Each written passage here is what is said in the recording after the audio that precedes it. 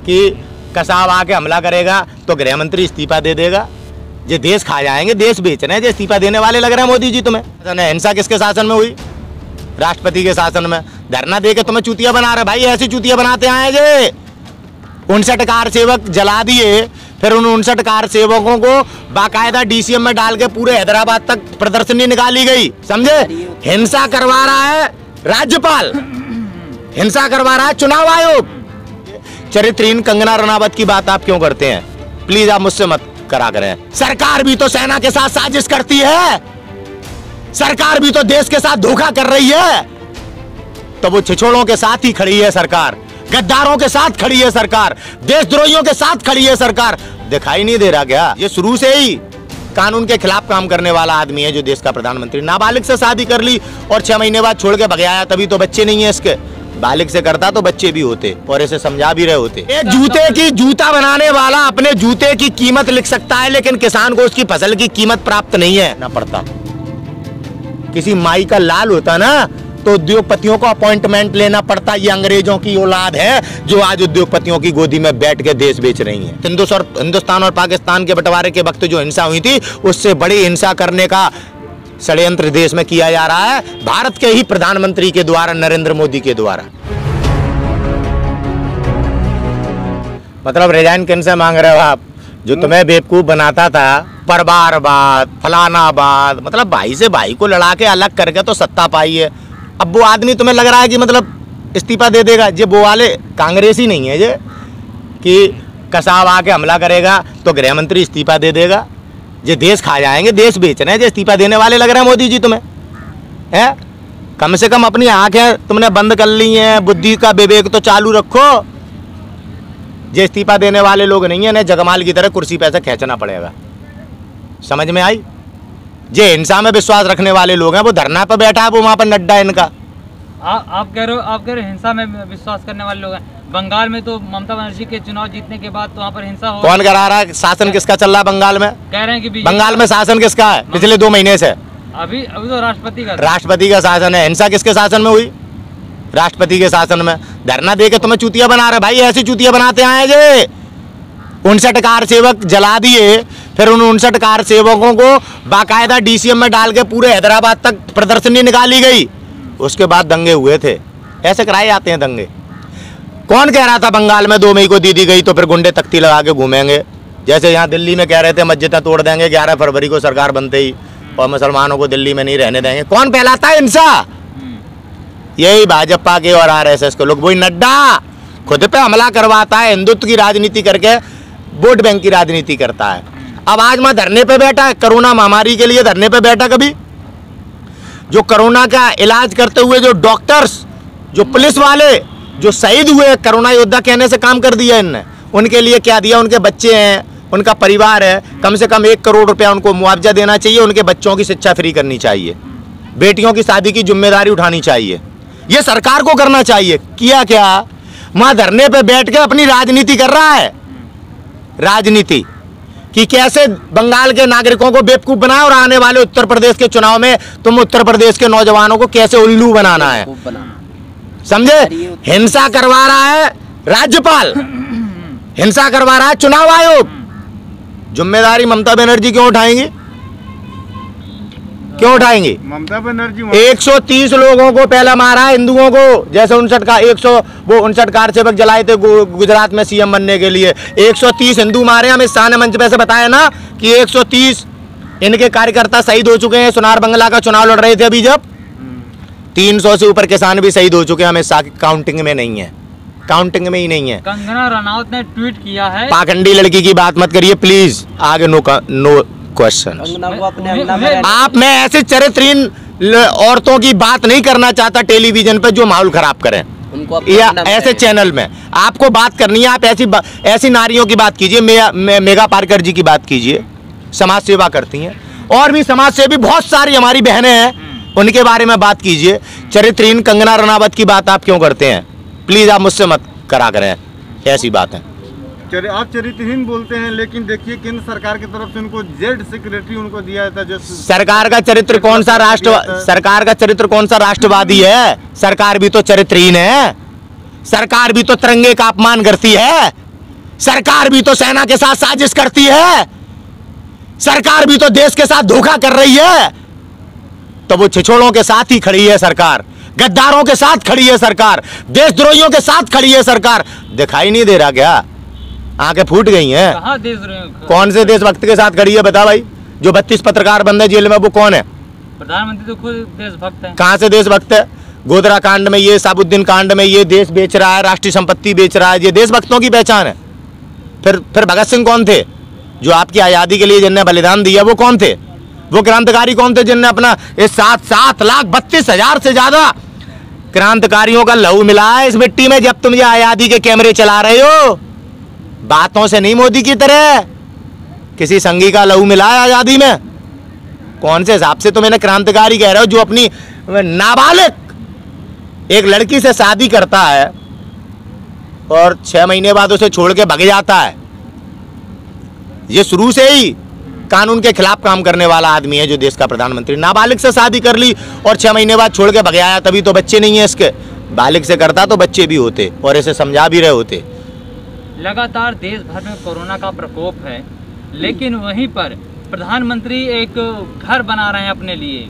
संसद भवन कहा जा सकता है कि संसद भवन बना रहे हैं जो करोड़ों में बन रहा है, सेंट्रल विस्टा। यार कितना जरूरी है ये आजकल? यह आपके देश के नागरिकों को समझना है, आप लोगों को समझना है। आपसे एक तरफ कानून बना के रोटी छीनने की प्रक्रिया कर रहे हैं। आज ऑक्सीजन के भंडारण से लोग मर रहे हैं ना, अनाज के भंडारण से इससे भी ज्यादा बड़े पैमाने पे लोग मरेंगे। बड़े पैमाने पे कानून बनाया भाई साहब ने, नाम डाल दिया कृषि कानून। अनाज का भंडारण किसान करेगा क्या? किसान करेगा क्या? अंबानी अडानी करेंगे, नाम है किसान कृषि बिल है। लेकिन इसी की एक जूते की जूता बनाने वाला अपने जूते की कीमत लिख सकता है, लेकिन किसान को उसकी फसल की कीमत प्राप्त नहीं है। ये है हमारी गुलामी का प्रमाण किसानों की का दे रहा हूं आपको कि हम गुलाम हैं। क्यों? हम अपनी फसल का मूल्य तय नहीं कर सकते। अंबानी अपनी बोतल का मूल्य तय कर देगा। सऊदी अरब से जो ऑक्सीजन आई है, उस पर अपना लेबल लगा देगा। मैं अपने 6 महीने इस फसल को पैदा करूं, इसमें खून पसीना लगाऊं, इसका मूल्य, उसका मूल्य मैं नहीं लिख सकता। आखिर रिलायंस का नाम सरकार क्यों लगाएगी? और कौन लगाएगा? कौन लगाएगा? फिर बता भाई, भूत लगा के? भूत क्या रिलायंस मोदी ने लगवाया, मोदी ने। तभी बाइडेन ने मना किया था इसको मदद करने से, क्योंकि बाइडेन है ना अमेरिका का राष्ट्रपति, बेवकूफ नहीं बनना चाह रहा था। बना ना सऊदी, बेवकूफ बने ना ये लोग। आज ऑक्सीजन अंबानी की चल रही है, दान के नाम पे वो थे, नहीं बनना चाहते थे बाइडेन बेवकूफ इस मोदी के हाथों, जैसे ट्रंप बना था। ट्रंप नहीं बनना चाहते थे, उन्होंने ना करके देश को, ये दुनिया को ये दिखाया था। आज दुनिया समझ गई है कि मोदी मदारी है, मदारी मदारी। कोई औकात नहीं यार। उद्योगपतियों ने एक आदमी को चुनाव लड़ाया। ये देश का पीएम, पहला पीएम ऐसा है जो उद्योगपतियों का गुलाम बना हुआ है। दुर्भाग्य देश का, दुर्भाग्य। किसी माँ का लाल होता ना तो उद्योगपतियों को अपॉइंटमेंट लेना पड़ता। किसी माई का लाल होता ना तो उद्योगपतियों को अपॉइंटमेंट लेना पड़ता। ये अंग्रेजों की औलाद है जो आज उद्योगपतियों की गोदी में बैठ के देश बेच रही हैं। लेकिन इसी देश के जो अंबानी अडानी आप कह रहे हैं, अब इस वक्त इस महामारी के बीच इस देश में नहीं है, लंदन में। अरे आंखें खुल रही हैं, अभी सारी लंदन भागेंगे, सारी लंदन भागेंगे। जय शाह भी लंदन भागेगा, अमित शाह भी लंदन भागेगा, मोदी भी लंदन भागेगा। एक भी मोदी बचा है देश में? जो उद्योगपति था सब भाग रहे हैं ना। आगे आने वाले समय में देखिए कौन कौन लंदन भागता है, क्योंकि क्रांति की शुरुआत हो चुकी है। हमें मालूम पड़ चुका है आज हमारे देश की सत्ता पे वो लुटेरे हैं जो हमारी आज़ादी के खिलाफ थे। जंग देश में जारी है और आगे इसके आपको परिणाम दिखेंगे। देश में से ये देशद्रोही बाहर कर दिए जाएंगे। क्या लगता है जो 5 राज्यों के चुनाव के नतीजे आए और उत्तर प्रदेश के जो निकाय चुनाव हुए, पंचायती चुनाव हुए, इसमें भी बीजेपी को मुंह की खानी पड़ी? क्या इसकी वजह क्या है? क्या किसानों के आंदोलन की सफलता है क्या? ये वजह है केवल मात्र एक की, इस देश में गद्दारों के लिए जगह नहीं है। गद्दारों की ना कोई कौम है, ना कोई जाति है, ना कोई धर्म है। गद्दार बनते हैं अपने स्वार्थ में, अपने लालच में। जैसे राजनाथ गद्दार बना, किस लालच में? वो जानता होगा। लेकिन वो गद्दार जब बना, जब उसने अडवाणी को पीछे करके मोदी को आगे किया। आज क्या हैसियत है उसकी? ये उस समय पार्टी अध्यक्ष था, आज इसकी कोई हैसियत नहीं। देखिए आप अमित शाह ने किस तरह से, राजनाथ बहुत बड़ा नेता है, कैसे उसको जोकर की तरह गृह मंत्रालय छीन के आज रक्षा मंत्रालय में फेंक दिया। औकात नहीं बची राजनाथ की इतनी भी। कारण क्यों? क्योंकि गद्दारों के दगा जिसने किया है ना, उनके घर जाके देख लो, आज है नहीं। रावण का, कंस का, ये दगा है। दगा करने वाले, सीता के साथ दगा किया रावण ने, पूरा वंशनाट हो गया। कौरवों ने पांडवों के साथ दगा किया, तो आज उनका भी कोई दिया जलाने वाला नहीं है। ऐसी भाजपा का होने वाला है आगे आने वाले दिनों में। उत्तर प्रदेश राम की जन्मभूमि है, उत्तर प्रदेश महादेव की जन्मभूमि है, उत्तर प्रदेश कृष्ण की जन्मभूमि है। यहाँ पे आपको भारतीय जनता पार्टी आगामी चुनाव में आप देख लेना, वहाँ पे 85 तो भी मिल गई है बंगाल में, यहाँ पे 85 भी नहीं मिलेंगी। ये आपसे प्रॉमिस है, ये मुझे अपने उत्तर प्रदेश पर विश्वास है, क्योंकि ये राम की भूमि है। 85 नहीं है, 77 है। कहाँ बंगाल में 77 रह गई? हाँ तो वही समझ लो 77 है वहाँ पे, तो यहाँ पे 75 भी नहीं देंगे हम। ये राम पर विश्वास है, 75 नहीं देंगे तो नहीं देंगे। ये एक राजपूत की ललकार है। क्या लगता है जो इस महामारी के बीच जो लोगों की चीख पुकारे हैं, ये चुनाव के दौरान बदला ले लेंगी क्या सरकार से? चुनाव के दौरान बदला लेने वाली क्या बात है? जो देश नहीं चला पा रहे उन्हें सत्ता से बाहर करने की बात है, सत्ता से बाहर करने की बात है। और जिनके कारण ये आज हमारे देश में लोग मर रहे हैं, उनको सजा मिलेगी। आज डॉक्टर जो क्रिमिनल बन चुका है ना, आज जो डॉक्टर्स क्रिमिनल बन चुके हैं ना, जो किडनियां बेच रहे हैं, जो लोगों को आज मार रहे हैं, भगवान होते थे, आज क्रिमिनल है। आज डॉक्टर क्रिमिनल है। अगर डॉक्टर क्रिमिनल ना होते तो ये छोटा सा ये टुचकुआ सा वायरस भारत का कुछ नहीं उखाड़ पाता, कुछ नहीं उखाड़ पाता। समझ गए आप? ये डॉक्टर क्रिमिनल बन गए, जिसकी कीमत आज देश चुका रहा है। जब सत्ताएं बदलेंगी तो इन डॉक्टरों को भी सजा मिलेगी और इन डॉक्टर के आकाओं को भी सजा मिलेगी, आकाओं को भी सजा मिलेगी। मतलब आप इसे षड्यंत्र बताना चाहते हैं? षड्यंत्र यही बताना क्या चाहता हूं, मैं तो शुरू से ही कह रहा हूं, ये अमित शाह, अंबानी, अडानी, मोदी का षड्यंत्र है। मैं तो आज भी कह रहा हूं, कहाँ है आपके नाम की जो आप कहते हैं ना ये बीमारी है, मुझे ले चलो, मुझे ले चलो, मैं देखना चाहता हूं कहाँ है बीमारी। दिखाओगे? किसी भी चैलेंज करने वाले के सामने ना WHO खड़ा होने को तैयार है, ना तुम्हारे देश का प्रधानमंत्री खड़ा होने को तैयार है, क्योंकि ये चोर हैं। बड़े बड़े डॉक्टर्स ने कहा ये महामारी नहीं है, उन डॉक्टरों को या तो मार दिया गया या जेल में बंद कर दिया गया। क्यों? क्यों उनके चैलेंज को एक्सेप्ट क्यों नहीं करता WHO?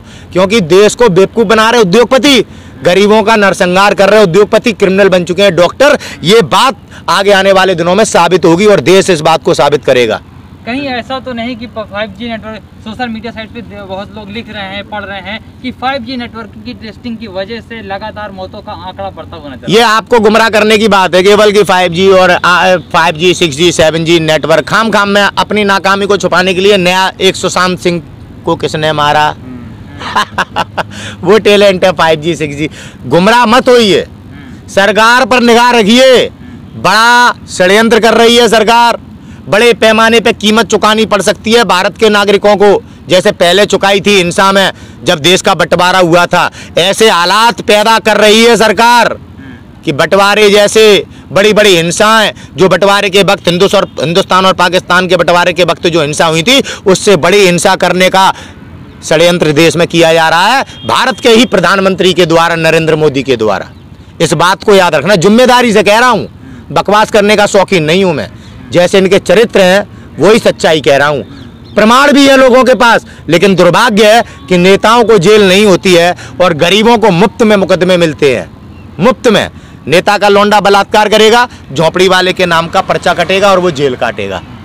ये है इस देश का कानून और न्यायपालिका की न्याय व्यवस्था। अब ये बदलेगी और इसे ही बदलने की क्रांति है ये किसान आंदोलन। आगे आने वाले दिनों में तुम्हें एक भी मक्कार, भ्रष्ट और ये पुराना नेटवर्क का व्यक्ति मेंबर ऑफ पार्लियामेंट के अंदर नहीं मिलेगा, क्योंकि इन लोगों ने देश को यहां तक पहुंचाया है, ये बच नहीं सकते।